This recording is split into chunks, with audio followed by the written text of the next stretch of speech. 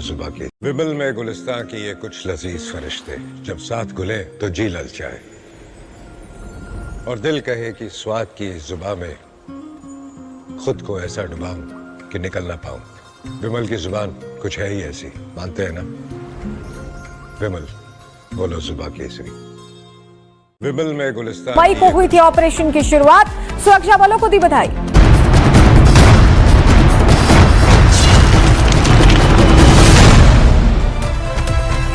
बिहार में ऑपरेशन सिंदूर को लेकर विस्तृत चर्चा करेंगे, लेकिन सबसे पहले आपको लिए चलते हैं सदन के अंदर, जहां डिंपल यादव ऑपरेशन सिंदूर पर बोल रहे हैं और कह रही हैं कि यह सुरक्षा पर आघात था। सुनिए। इस तरह के वीआईपी गेस्ट भारत में होते हैं तो हमेशा कश्मीर घाटी में सुरक्षा बढ़ाई जाती है, लेकिन इस बार जो ये चूक हुई है, और यह खाली बरसान वैली की बात नहीं है, 60 और ऐसे टूरिस्ट डेस्टिनेशंस थे जहां पे कोई भी सुरक्षा नहीं थी, और आपके कहने पर ही, भारतीय जनता पार्टी की सरकार के कहने पर ही टूरिस्ट कश्मीर जा रहा था, इस भरोसे के साथ, इस विश्वास के साथ कि वह सुरक्षित है। और यह जिम्मेदारी अंतोगत इस सरकार ने, भारतीय जनता पार्टी के नेताओं ने क्या कहा कि यह जिम्मेदारी टूर ऑपरेटर्स की थी, वहां की सुरक्षा की, जो बहुत ही गैर जिम्मेदारा बयान है और साथ ही इनकी संवेदनहीनता को भी दर्शाता है। ऑपरेशन सिंदूर में जहां भारतीय सेना ने सटीकता से पाकिस्तान और पीओके के अंदर 9 टेररिस्ट कैंप्स या आतंकी ढांचों को तबाह किया, को निशाना बनाया, और जब हमारा पल्ला भारी दिख रहा था तो ये सीज फायर का जो अनाउंसमेंट हुआ, बात यह नहीं है कि सीज फायर का अनाउंसमेंट हुआ, बात यह है कि सीज फायर का अनाउंसमेंट किसने किया। किसी भी भारत के मंत्री ने या कोई भी भारत के ऑफिशियल हैंडल से यह अनाउंसमेंट क्यों नहीं किया गया?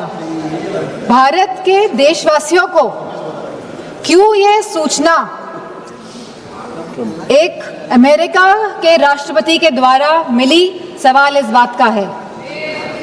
सेम। कहीं ना कहीं भारत की फॉरेन पॉलिसी पूरी तरह से फेल है, और जो ये विश्व गुरु का जो माहौल बनाया जा रहा है देश में और पूरे संसार, पूरे विदेशों में, कहीं ना कहीं ये भी पूरी तरह फेल है। क्योंकि ऑपरेशन सिंदूर के तुरंत बाद और सीज फायर के तुरंत बाद IMF ने $1 बिलियन पाकिस्तान को देने का काम किया है। वहीं वर्ल्ड बैंक ने $108 मिलियन पाकिस्तान को देने का काम किया है। एशियन डेवलपमेंट बैंक्स ने $800 मिलियन देने का काम किया है। I will finish in 2 minutes. वहीं UN सिक्योरिटी काउंसिल में पाकिस्तान को काउंटर टेररिज्म कमेटी का वाइस चेयरमैन बना दिया गया। यह दर्शाता है कि भारत की फॉरेन पॉलिसी पूरी तरह विफल हुई है। और यही नहीं, पहली बार चीफ ऑफ आर्मी पाकिस्तान का अमेरिका के राष्ट्रपति के साथ लंच करने का न्योता मिला और लंच किया। और बात यहीं पे समाप्त नहीं होती है। आज जनरल माइकल कुरेला को प्रेसिडेंट ऑफ पाकिस्तान ने प्रेस्टिजियस निशान-ए-इम्तियाज अवार्ड भी दिया है। तो ये रिश्ता जो पाकिस्तान का और जो अमेरिका का है, और इन रिश्तों के बीच में भारत का खड़ा है, सवाल इस बात का है। सवाल ये भी है कि अगर चीफ डिफेंस स्टाफ ने यह बात कही कि हमारे लड़ाकू विमान गिरे हैं, तो लड़ाकू विमान तो गिनती के हैं, आज नहीं तो कल तो पता ही चल जाएगा कि कितने लड़ाकू विमान गिरे। प्लीज मां।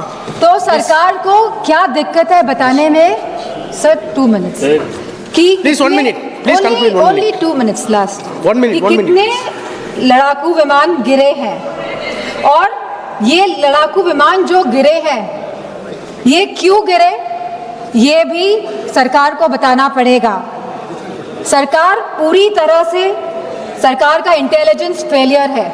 सरकार ये बात जानती ही नहीं थी कि जहां हम पाकिस्तान से लड़ रहे हैं वहीं दूसरा देश, हमारा पड़ोसी देश चीन, चाइना पूरी तरह से समर्थन कर रहा था पाकिस्तान का। क्या ये इंटेलिजेंस फेलियर था या ये एक्शनेबल इंटेलिजेंस को इग्नोर किया गया? Please please please. तो मैं अपनी बात यहीं पे समाप्त करते हुए कहना चाहूंगी कि जो भारत का जो डिफेंस का बजट है, जो 1.9% ऑफ द जीडीपी है, इसको बढ़ाया जाए, इसको 3% किया जाए और वहीं अग्निवीर जैसी योजना को समाप्त किया जाए। और जो लेटेस्ट टेक्नोलॉजी से जो आप लड़ाई हो रही है, जो वॉरफेयर चल रहा है, तो भारतीय जनता पार्टी की सरकार है, तो वो जागरूक बने इसके प्रति। धन्यवाद। Thank you. श्रीमती अनुप्रिया पटेल।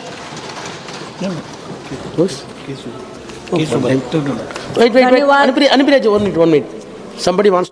तो कितने लड़ाकू विमान गिराए गए ये कह रही है डिंपल यादव, प्रश्न खड़े कर रही थी, कह रही थी अग्निवीर जैसी योजनाओं को बंद करना चाहिए। बहुत सारे सवाल उन्होंने उछाले और कहा कि विदेश नीति पूरी तरह से फेल रही है।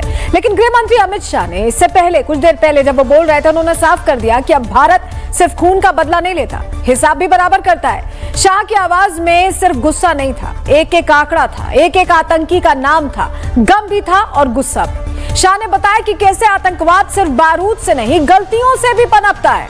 और वो गलतियां किसकी थी? नेहरू की नीतियों से लेकर पाकिस्तान के जख्म तक। शाह ने संसद को इतिहास का आईना दिखा दिया। सबसे पहले गृह मंत्री की 10 बड़ी बातें आपको बता देते हैं, उन्होंने आज सदन के अंदर क्या कहा है। ऑपरेशन महादेव में 3 आतंकी मारे गए हैं, पूरी डिटेल इस पर दी। मारे गए आतंकियों की पहचान हो चुकी है, ये बताया गृह मंत्री ने। चिदंबरम पाकिस्तान का बचाव कर रहे हैं, जिस तरह से चिदंबरम का बयान आया था उस पर सवाल खड़े किए। विपक्ष के षड्यंत्र को देश देख रहा है। गृह मंत्री ने कहा कि पाकिस्तान के पास सरेंडर के अलावा कोई विकल्प उस वक्त में नहीं था और 1962 में अक्साई चीन का हिस्सा चीन को दिया गया, ये भी जिक्र किया। कांग्रेस बताए कि चीन के साथ क्या सीक्रेट समझौता किया गया, ये प्रश्न भी पूछा। मनमोहन सरकार ने पोटा कानून रद्द किया, धारा 370 के खात्मे ने आतंकियों को खत्म कर दिया है। सदन के अंदर ये गृह मंत्री ने कहा और कहा कि कांग्रेस हुर्रियत के लिए रेड कार्पेट एक दौर में बिछाया करती थी। गृह मंत्री अमित शाह ने संसद में जो रिपोर्ट रखी वो सिर्फ आंकड़े नहीं थे, वो सिस्टम का पोस्टमार्टम था जिसने पीओके बनने दिया, जिसने हुर्रियत को वीआईपी ट्रीटमेंट दिया और जिसने आतंकी मार गिराने के भी सबूत मांगे। शाह ने आतंकियों के नाम लिए, उनके गुनाह गिनवाए और ऐलान किया कि ऑपरेशन महादेव में जो पाकिस्तान से आए थे उन्हें असल ठिकानों तक पहुंचा दिया गया है, नेहरू से लेकर चिदंबरम तक। अमित शाह ने साफ कहा कि कांग्रेस सरकारों की राजनीतिक फैसलों की कीमत देश दशकों से चुका रहा है।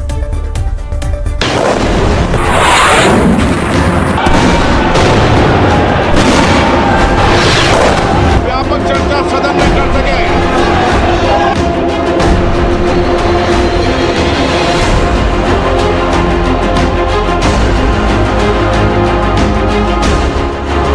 संसद में ऑपरेशन सिंदूर पर चर्चा के दौरान देश के गृह मंत्री अमित शाह जमकर गरजे। शाह ने हर उस आरोप का जवाब दिया जो विपक्ष ने लगाए थे और ऐलान किया कि जिन आतंकियों ने पहलगाम में आतंकी हमले को अंजाम दिया, उनको ऑपरेशन महादेव के तहत सेनाओं ने उनके सही ठिकाने पर पहुंचा दिया। कल ऑपरेशन महादेव में सुलेमान उर्फे फैजल जट, अफगान और जिब्रान 3 आतंकवादी सेना, सीआरपीएफ और जम्मू कश्मीर पुलिस के संयुक्त अभियान में ऑपरेशन महादेव में मारे गए। और माननीय अध्यक्ष जी, ये जो सुलेमान है, ए श्रेणी का लश्कर तोयबा का कमांडर था। पहलगाम हमले में और गगनगिर आतंकी हमले में वो लिप्त था। इसके ढेर सारे सबूत हमारी एजेंसियों के पास है। अफगान ए श्रेणी का लश्कर तैयबा का आतंकवादी था और जिब्रान भी ए ग्रेड आतंकवादी था। गृह मंत्री अमित शाह ने भाषण के दौरान सपा अध्यक्ष अखिलेश यादव पर भी निशाना साधा। पूछ लिया कि क्या विपक्ष आतंकवादियों के मारे जाने से खुश नहीं है। मान्यवर, मैं तो अपेक्षा करता था कि जब ये सूचना सुनेंगे पक्ष विपक्ष में खुशी की लहर दौड़ जाएगी, मगर ये स्याही पड़ गई इनके चेहरे। क्या है मान्यवर, किस तरह की पॉलिटिक्स? भाई आतंकवादी मारे गए, आपको इसका भी आनंद नहीं है? अखिलेश जी बैठ जाइए, मेरा पूरा जवाब सुनिए, आपका सब जवाब आ जाएगा। भाई आप आतंकवादियों का धर्म देखकर दुखी मत होइए। इतना ही नहीं, जो कांग्रेस नेता पी चिदम्बरम कल तक पूछ रहे थे कि आतंकी पाकिस्तान से थे या नहीं, जो पी चिदम्बरम कल तक पाकिस्तान को क्लीन चिट दे रहे थे, उस पर भी अमित शाह ने करारा जवाब दिया। कल इस देश के पूर्व गृह मंत्री चिदम्बरम जी ने सवाल उठाया कि क्या प्रूफ है कि ये आतंकवादी पाकिस्तान से आए। किसको बचाना चाहते हैं? पाकिस्तान को बचाकर आपको क्या मिलेगा? वो ये कह रहे हैं 3 में से 2 के पाकिस्तान के वोटर नंबर भी आज हमारे पास उपलब्ध है। मान्यवर, ये राइफलें हैं, ये राइफलें भी हमारे पास उपलब्ध है। इनके पास से जो चॉकलेटें मिली हैं, वो चॉकलेटें ढोक में से मिली, वो भी पाकिस्तान की बनाई हुई चॉकलेट है। मान्यवर, ये कहते हैं कि पाकिस्तानी नहीं थे, इसका मतलब पूरी दुनिया के सामने इस देश का एक पूर्व गृह मंत्री पाकिस्तान को क्लीन चिट दे रहा है। अमित शाह ने विपक्ष के उन नेताओं को भी जवाब दिया जो पूछते थे कि पहलगाम हमले के दोषी कहां गए। शाह ने नाम गिनवाते हुए कहा कि इन नामों में वो 8 नाम भी हैं जो पहले हुए आतंकी हमलों में शामिल थे। मगर आज सारे परिजनों को मैं कहना चाहता हूं कि मोदी जी ने ऑपरेशन सिंदूर से भेजने वालों को भी मारा और हमारे सुरक्षा बलों ने जिनको भेजा था उनको भी मारा, और एक ऐसा सबक सिखाया है कि आने वाले कई दिनों तक कोई ऐसी हिम्मत नहीं कर पाएगा। ये आतंकी के ठिकानों पर हमला हुआ, इसमें मारा कौन गया? हाफिज मोहम्मद जमील जैसे मोहम्मद के प्रमुख मौलाना मसूद अजहर के बहनोई, मुदस्सर खादियान मरकज तैयबा मुरीद का प्रमुख, याकूब मलिक जेम पदाधिकारी, मोहम्मद हमसा जलीम, ये जो 10 मैंने नाम पढ़े हैं, इसमें से 8 ये चिदम्बरम एंड कंपनी के समय में आतंकवादी घटना घटाने वाले लोगों को नरेंद्र मोदी जी ने मारा। अमित शाह ने संसद में ये भी साफ साफ बताया कि कैसे ऑपरेशन सिंदूर के दौरान आतंकियों को पालने वाले पाकिस्तान की पूरी एयर डिफेंस सिस्टम को मिट्टी में मिला दिया गया था और कैसे मुल्ला मुनीर आर्मी घुटनों पर आई। 9 मई को मोदी जी ने सेना को हुक्म दिया, एक मीटिंग करी, राजनाथ जी, मोदी जी, एनएसए, सेना के सारे अध्यक्ष, और जवाब देने का तय किया और उनके 11 एयरबेस को क्षतिग्रस्त करने का काम किया। मान्यवर, 8 एयरबेस इतने सटीक तरीके से तोड़े गए, पाकिस्तान की पूरी एयर डिफेंस सिस्टम धरी की धरी रहेगी। हमारी पूरी सेना, पूरी वायुसेना, पूरी नौसेना अक्षुण्ण थी और उनकी हमला करने की क्षमता को हमने छिन्न विछिन्न कर दिया। पाकिस्तान के पास शरण में आने के अलावा और कोई चारा ही नहीं था। अमित शाह ने साफ कहा कि पहले की सरकारों के फैसले की वजह से पाक अधिकृत कश्मीर बना, जिसके लिए नेहरू जी जिम्मेदार हैं। 1948 में मान्यवर, कश्मीर में हमारी सेनाएं निर्णायक बढ़त पर थी।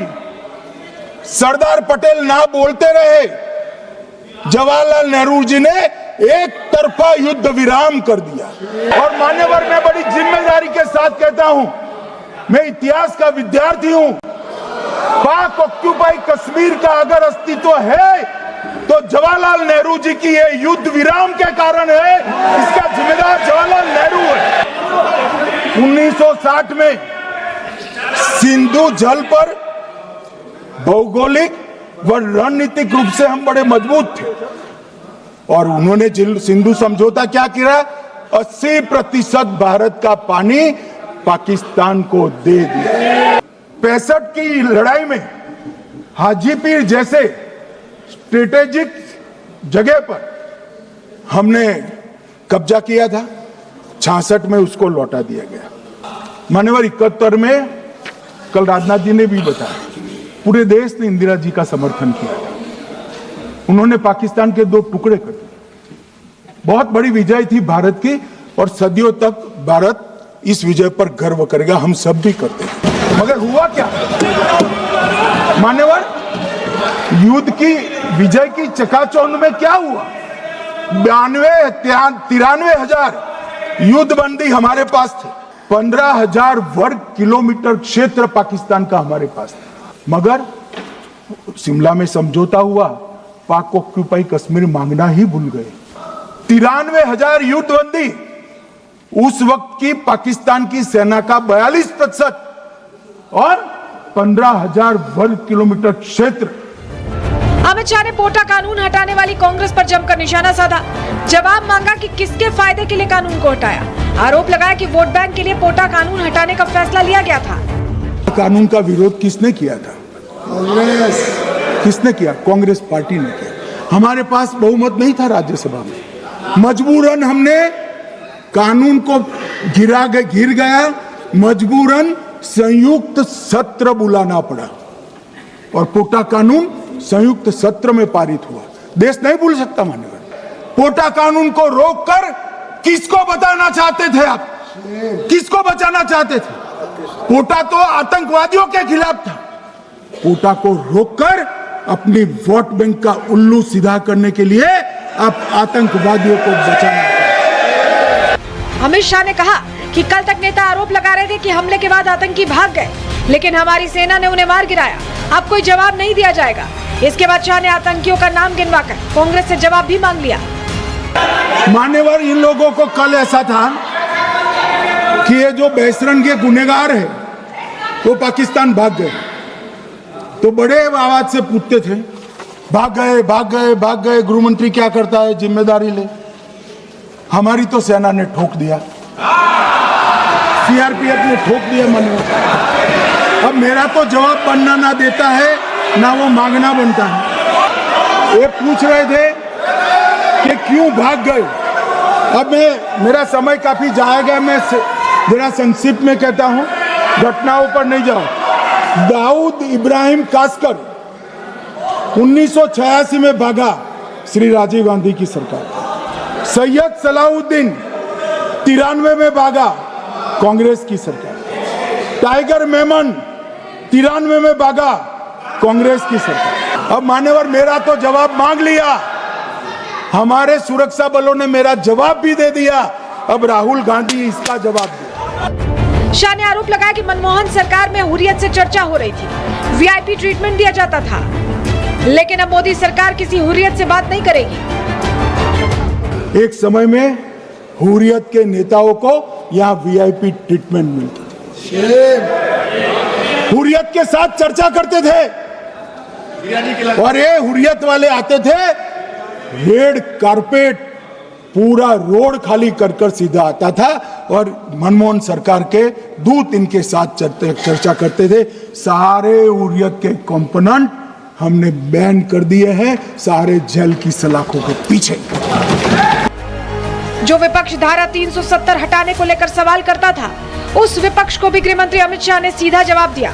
संसद में विपक्ष के सामने आंकड़े रखकर साफ कर दिया कि अब पाकिस्तान को ही आतंकवादी भेजने पड़ते हैं, क्योंकि अब कश्मीर में आतंकवादी नहीं बनते हैं। कल कहते थे कि गृह मंत्री ने भाषण किया था कि 370 की कलम जाएगी तो आतंकवाद कम हो जाएगा। क्या हुआ? मान्यवर, मेरा हिसाब देना बनता है। हम भारतीय जनता पार्टी के कार्यकर्ता हैं, ये नरेंद्र मोदी जी की सरकार है, हम जवाबदेह होते हैं। एक जमाना था साहब, 10-10 हजार लोगों के जनाजे निकलते थे। पूरे देश ने घटनाएं देखी होगी, बुरहान वानी मर गए, फला मर गए, ढिका मर गए, 10-10 हजार।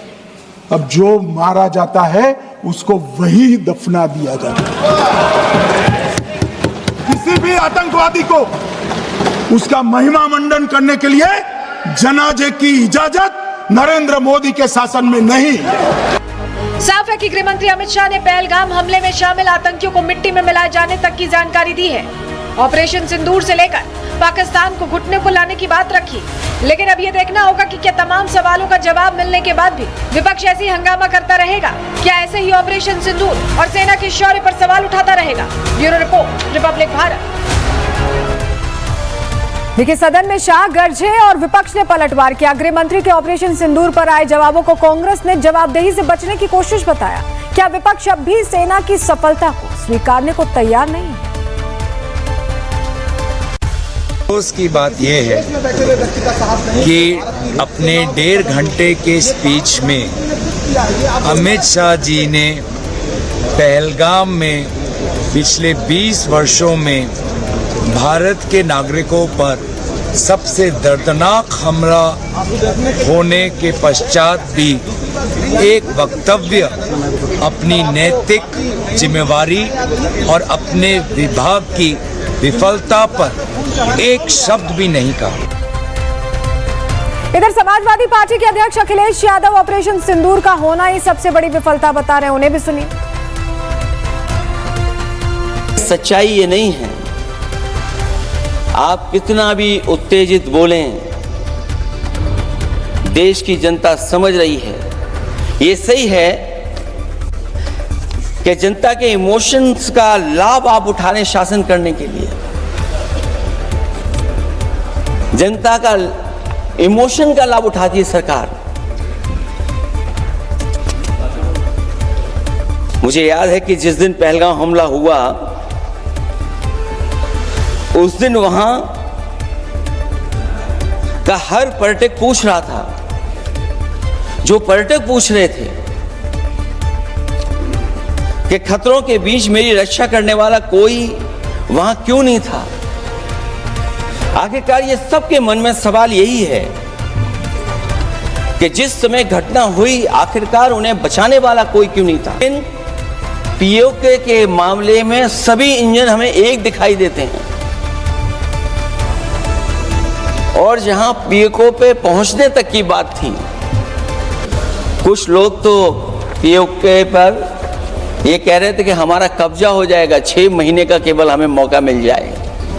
ये सरकार आखिरकार पीछे कैसे हट गई और क्या कारण था कि सरकार को सीज फायर का ऐलान करना पड़ा?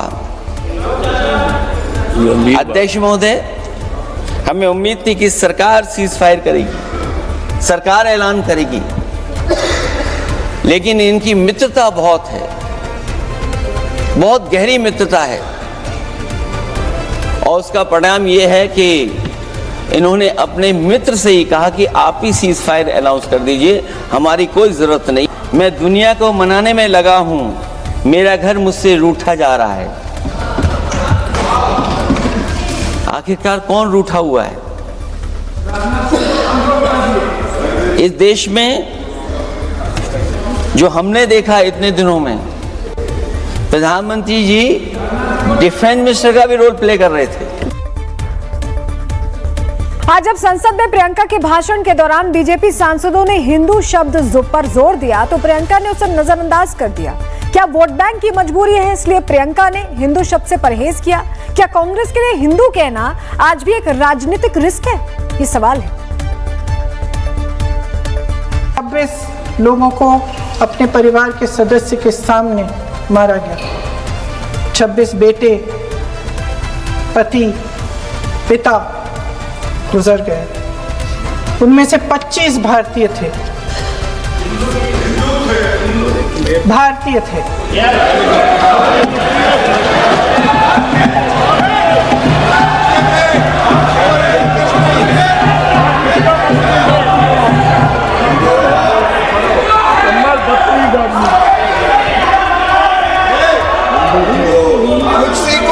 जितने भी लोग बैसारन वैली में थे और जो 25 भारतीय मारे गए, उनके लिए कोई सुरक्षा नहीं थी।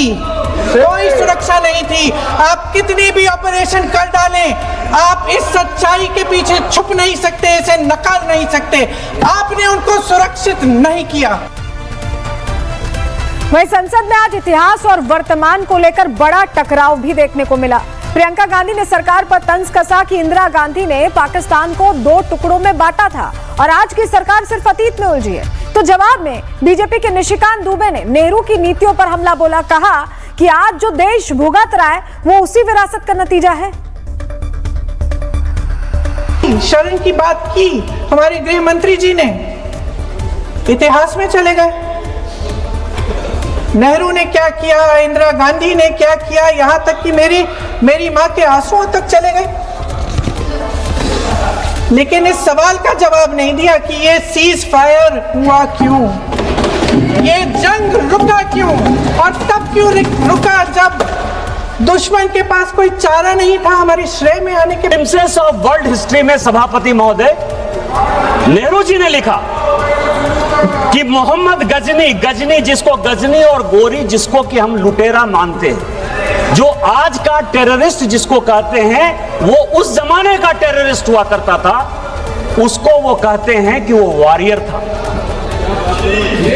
उसको वो कहते हैं कि वो केवल अपने अंपायर को एक्सपेंड करने के लिए आया था। विपक्ष ने इस दौरान कई आरोप लगाए, कहा ट्रंप का दबाव था, युद्ध विराम की धमकी दी गई थी, भारत की डिप्लोमेसी फेल हो गई। लेकिन हर सवाल का जवाब विदेश मंत्री एस जयशंकर ने सदन में फैक्ट्स के साथ दिया। एक एक करके विपक्ष के दावों पर क्या कहा, अब ये भी आप जान लीजिए detail. Car insurance done. Policy बाजार से कराया? नहीं। तो तू ज़ीब्रा नहीं हो सकता। कार नई हो या पुरानी, पॉलिसी बाजार पे कंपेयर करके खरीदो और 30,000 तक बचाओ। इसलिए तू ज़ीब्रा तो नहीं है, तू है गधा। Kind of. की मध्यस्थता का सवाल ही नहीं उठता है। दूसरा आरोप जो विपक्ष ने लगाया कि ट्रंप ने युद्ध विराम के लिए व्यापार वार्ता रोकने की धमकी दी थी। इस पर भी एस जयशंकर का क्या जवाब आया, सुन लीजिए। उन्होंने कहा कि मैं ये स्पष्ट कर देना चाहता हूं कि अमेरिका के साथ किसी भी बातचीत में किसी भी स्तर पर व्यापार और जो कुछ चल रहा था उससे कोई संबंध नहीं था। 10 मई को हमें अन्य देशों से फोन कॉल आए जिनमें यह धारणा व्यक्त की गई कि पाकिस्तान लड़ाई रोकने के लिए तैयार है। हमारा रुख ये था कि अगर पाकिस्तान तैयार है तो हमें डीजीएमओ चैनल के जरिए यह अनुरोध प्राप्त करना होगा और यह अनुरोध बिल्कुल इसी तरीके से आया। तो दूसरे सवाल का भी जवाब दिया। तीसरा सवाल जो विपक्ष पूछ रहा था, तीसरा सवाल और आरोप आप कह सकते हैं, ये लगाया गया कि मोदी सरकार की डिप्लोमेसी फेल हो गई। लेकिन एस जयशंकर ने इस पर क्या जवाब दिया विदेश मंत्री ने? उन्होंने कहा कि हमारी फॉरेन डिप्लोमेसी की बदौलत ही टीआरएफ को अमेरिका ने आतंकवादी संगठन घोषित कर दिया है। कूटनीति का ही नतीजा था कि संयुक्त राष्ट्र के 190 सदस्य देशों में से केवल 3 ने ही ऑपरेशन सिंदूर का विरोध। सुबह 4 बजे उठ के दौड़ लगाता था, मेहनत करता था, उसकी मां दूध पिला के तैयार करती थी अपने बेटे को कि कभी जरूरत पड़ेगी तो अपने प्राणों की आहुति देके भारत माता की रक्षा करेगा। ये आपने उस जगह पे 4 साल की नौकरी कर दी।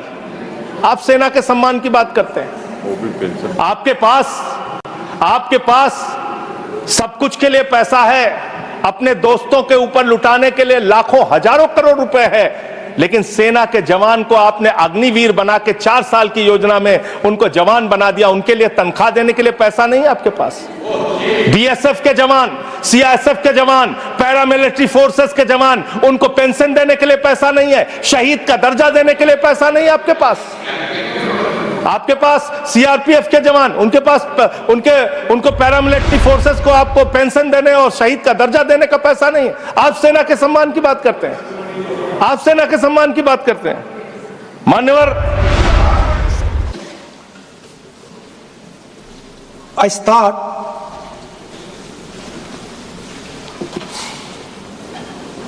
with the attack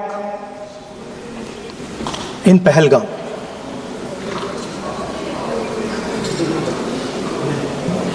A brutal attack, heartless attack,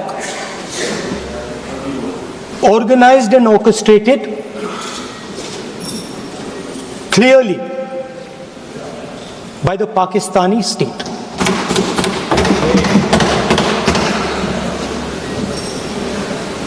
Merciless,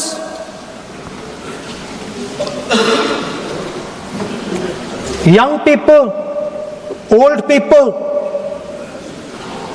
murdered in cold blood. mercilessly. And we have together, every single person in this house condemned Pakistan. The moment Operation Sindoor began,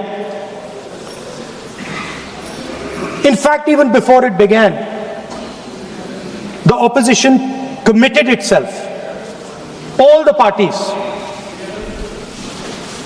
that we will stand like a rock with the forces and with the government of India, with the elected government of India. We heard the odd jibe, the sarcastic remarks from some of their leaders, but we said absolutely nothing. And this was something that was agreed among all the senior leadership of the India Alliance. And we are very proud that as an opposition, we stood united as we should have. Speaker sir, Pahalgam के बाद मैं करनाल में narwhal जी के घर गया। उनके बेटे navy में थे, वो सीआरपीएफ में थे। मुझे ऐसा लगा कि मैं अपने परिवार के साथ बैठा हूं। 2 घंटे में बैठा। उन्होंने अपने बेटे के फोटोग्राफिक एल्बम दिखाया मुझे, जब वो छोटा सा बच्चा था। उसके बारे में बताया, मजाक करता था, जोक्स करता था, और एक प्रकार से परिवार के बारे में मुझे बताया। 2 घंटे बात हुई। बहन ने कहा कि मैं दरवाजे की ओर देखती हूं, मेरा भाई नहीं आता है, कभी आता ही नहीं है और कभी नहीं आएगा।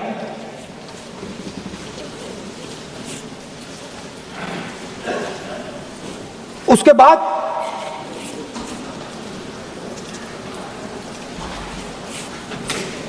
यूपी में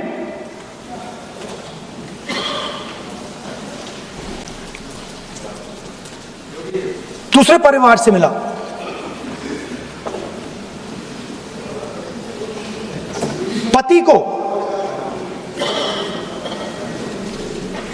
पति को बीबी के सामने, वो काउंटर पे कुछ खरीद रहा था, बीबी के सामने गोली मारी। दर्द होता है, हर हिंदुस्तानी को दुख होता है, दर्द होता है।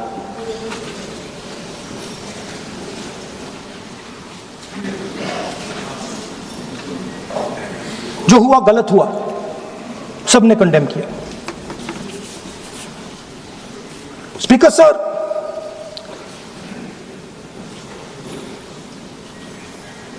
राजनीतिक काम करते हुए हम पूरे देश में जाते हैं, घूमते हैं, लोगों से मिलते हैं, दुख में, सुख में।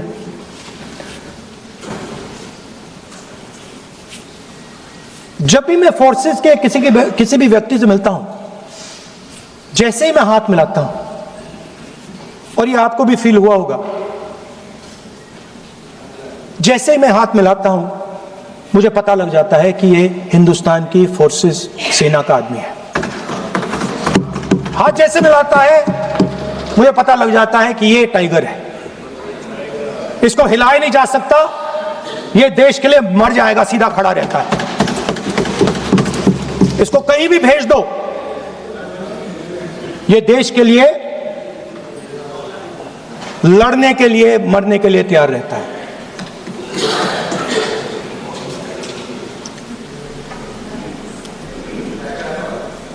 सर, टाइगर को पूरी फ्रीडम देनी पड़ती है। टाइगर को आप बांध नहीं सकते हो। अगर आपने टाइगर से सच्चा काम लेना है, पूरा काम लेना है, तो आपको टाइगर को पूरी छूट देनी पड़ेगी।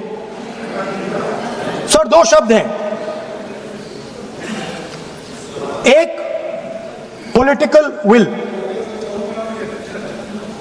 और दूसरा फ्रीडम ऑफ ऑपरेशन।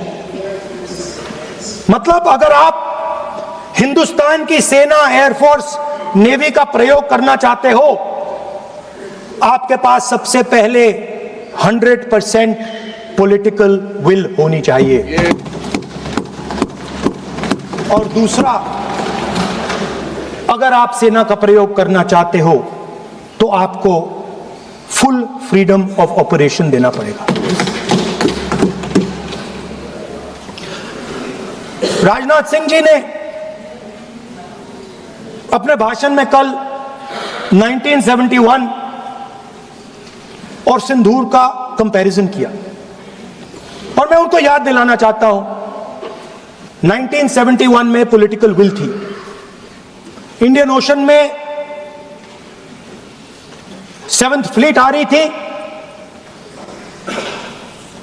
हिंदुस्तान की ओर आ रही थी, और उस समय के प्रधानमंत्री ने कहा हमें जो बांग्लादेश में करना है हम करेंगे, आप आ जाओ, जितना आना है आ जाओ, हम करेंगे।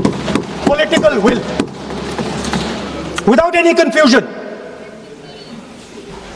Super power of the world is coming with its aircraft carriers, hundreds of aircraft, political will. The Prime Minister of India says, we don't care. Come. But हमारा जो काम है हम उसे पूरा करेंगे। जनरल मानेकशॉ ने इंदिरा गांधी जी से कहा कि मैं ऑपरेशन गर्मी में नहीं कर सकता हूं, नहीं करूंगा, मुझे 6 महीने चाहिए। इंदिरा गांधी जी ने उन्हें कहा आपको 6 महीने चाहिए, 1 साल चाहिए, जितना भी आपको समय चाहिए आप लीजिए, क्योंकि आपको freedom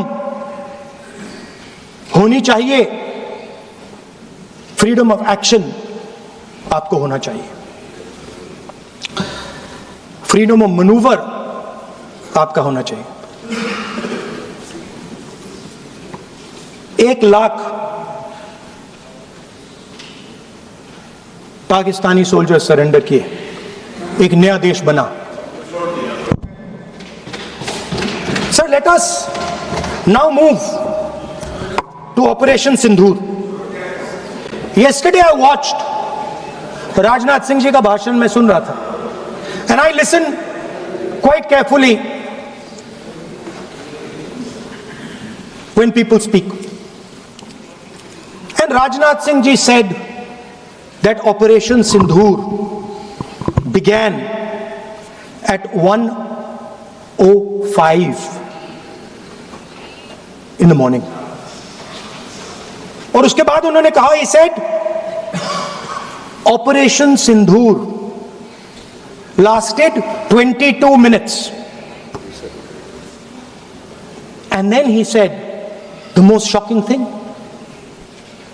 He said at 1:35 we called Pakistan. We called Pakistan at 1:35 and we told them that we have hit non-military targets and we do not want escalation. These are the words of the Defense Minister of India. Now maybe he does not understand what he revealed.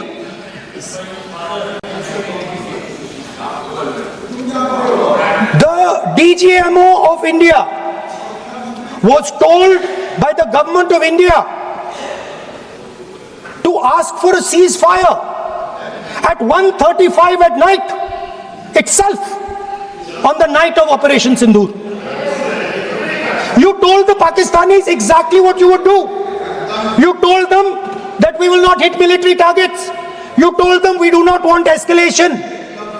Speaker sir, you imagine, 2 लोगों के बीच में लड़ाई हो रही है, 2 लोगों के बीच में लड़ाई हो रही है, एक आदमी जाकर दूसरे को घूसा मारता है और फिर कहता है देखिए मैंने घूसा मार दिया, अब एस्केलेशन नहीं कीजिए। मतलब आपने पाकिस्तान को डायरेक्टली अपनी पॉलिटिकल विल बता दी कि आपके पास लड़ने की पॉलिटिकल विल है ही नहीं, कि आप लड़ना ही नहीं चाहते हो। और ये डिफेंस मिनिस्टर ने कहा है कि हमने, डिफेंस मिनिस्टर यहां हाउस में कह रहे कि हमने पाकिस्तान से जाके कहा कि हमने आपको एक झापड़ मारा है, मगर हम आपको और झापड़ नहीं मारेंगे। हम एस्केलेशन नहीं चाहते हैं, आप रिस्पॉन्ड नहीं कीजिए और हम मिलिट्री टारगेट नहीं मारेंगे। Meaning the government of India informed the government of Pakistan that we have no political will, we don't want to fight, we have done this, we have just done this action. Surrender, immediate surrender in 30 minutes. Now there is a second very important thing that Rajnath Singh ji said. Maybe he didn't mean to say this. He also said that he told the Pakistanis that we are not going to hit any of your military infrastructure. Now this is a very interesting fact, because, and I want you to listen carefully to this, I said freedom of maneuver, meaning freedom to the Air Force. Now listen to this quote very carefully. Captain Shiv Kumar, Defense Attaché Indonesia, he says, I may not agree with him that India lost so many aircraft, but I do agree that we did lose some aircraft. And that happened only because,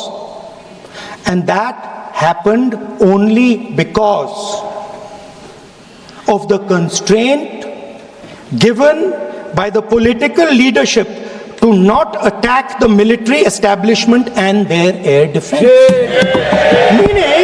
Meaning you went into Pakistan, you attacked Pakistan, and you told our pilots, do not attack their air defense system. Meaning you told our pilots, go and attack and face the air defense system of Pakistan. Meaning you tied their hands behind their back. Right? And the defense minister has said this in Parliament House itself, that we told the Pakistanis that we are not going to attack their infrastructure. इन्होंने बोला publicly house में कि भैया हम आपके जो military infrastructure है, आपके एयर डिफेंस सिस्टम को हम नहीं अटैक करेंगे, और दूसरे साइड से आप हमारे पायलट भेज रहे हो, क्या होगा? माननीय हवाई जहाज गिरेंगे, right? So the point is, aircraft were lost, as this gentleman Shiv Kumar says, they were lost because of the constraint given by the political leadership to not attack the military and air defense infrastructure of the Pakistan. मतलब आपने शुरू किया और शुरुआत में आपने उनको कह दिया कि भैया हमारे पास ना पॉलिटिकल विल है और ना हम आपके मिलिट्री इंफ्रास्ट्रक्चर पर अटैक करेंगे, और फिर आपने हमारे पायलट से कहा जाके लड़ाई करिए, और नतीजा सारों को मालूम है। आप जवाब नहीं देना चाहते हो, मगर नतीजा सारों को मालूम है। अनिल चौहान जी कहते हैं, what was important was not the jet being down, but why they were being down. मतलब वो कह रहे हैं कि जरूरी सवाल यह है कि जेट गिरे क्यों। वो कह रहे गिरे तो ठीक है, मगर जरूरी सवाल है गिरे क्यों। और फिर उसके बाद कहते हैं what mistakes were made. The good part is we were able to understand the tactical mistake which we made, remedy, rectify and implement after 2 days. And we flew all our jets again, targeting at long range. I want to tell CDS Anil Chauhan ji that you made no tactical mistake. The Indian Air Force made no mistake. Yes. The mistake was made by the political leadership that said you cannot attack the military infrastructure. And Anil General Chauhan ji must have the guts to say this. That my hands were tied behind my back and I was sent into a war and my enemy was told by my own government that we will not attack your air defense system. So the Air Force is not to blame at all. In the 21st century, you send aircraft into a zone protected by air defense, they will come down. Now why? Why was the Pakistani government told at 1:35 that हम ना आपके infrastructure को attack करेंगे, ना आपके air defence को attack करेंगे, और हम एस्केलेशन नहीं चाहते? मतलब हमने आपको थप्पड़ मारा है मगर दूसरा थप्पड़ नहीं मारेंगे. That is what it means. When we say we don't want escalation, it means मैंने एक थप्पड़ मारा, दूसरा नहीं मारूंगा, तीसरा नहीं मारूंगा, चौथा नहीं मारूंगा. Why? Because the goal of this exercise was to protect the Prime Minister's image. Yes. The goal of the exercise, because he has the blood of the people of Pahalgam on his hands, the goal of the exercise was to make sure that he used the Air Force to protect his image.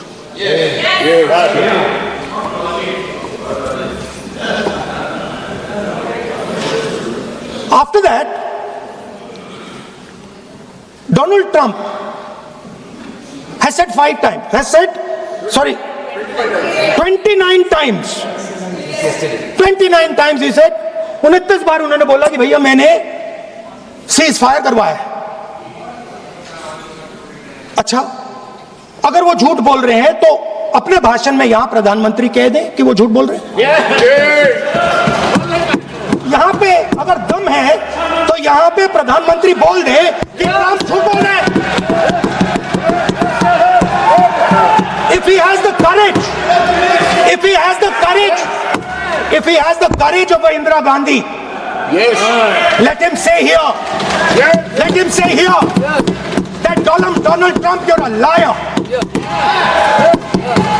that you did not make a ceasefire and that we did not lose any planes. Let him say it here. Yes. If he has the courage. 50% भी है इंदिरा गांधी का तो यहां बोल दे. 50% होगा तो बोल देगा, बोल देंगे. सॉरी सर, एक साइड से 7th फ्लीट आ रही है, बोलने दीजिए सर. सर मजा आ रहा है. ऐसा नहीं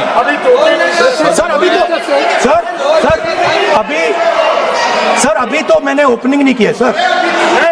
आपका समय, अभी तो मैं सेट हो रहा हूं. समय आपका कम है, अभी सेट हो रहा हूं सर. थोड़ी ढील दीजिए. अगर दम है, अगर सचमुच में दम है तो आज शाम यहां प्रधानमंत्री को कह देना चाहिए Donald Trump is a liar. झूठ बोल रहा है डोनाल्ड ट्रंप.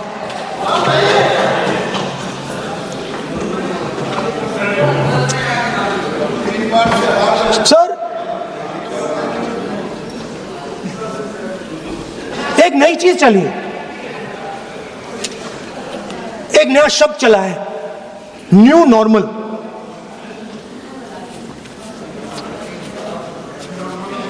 कि न्यू नॉर्मल है. एक्सटर्नल अफेयर्स मिनिस्टर नहीं है बट वो यूज करते हैं. भाषण में उन्होंने कहा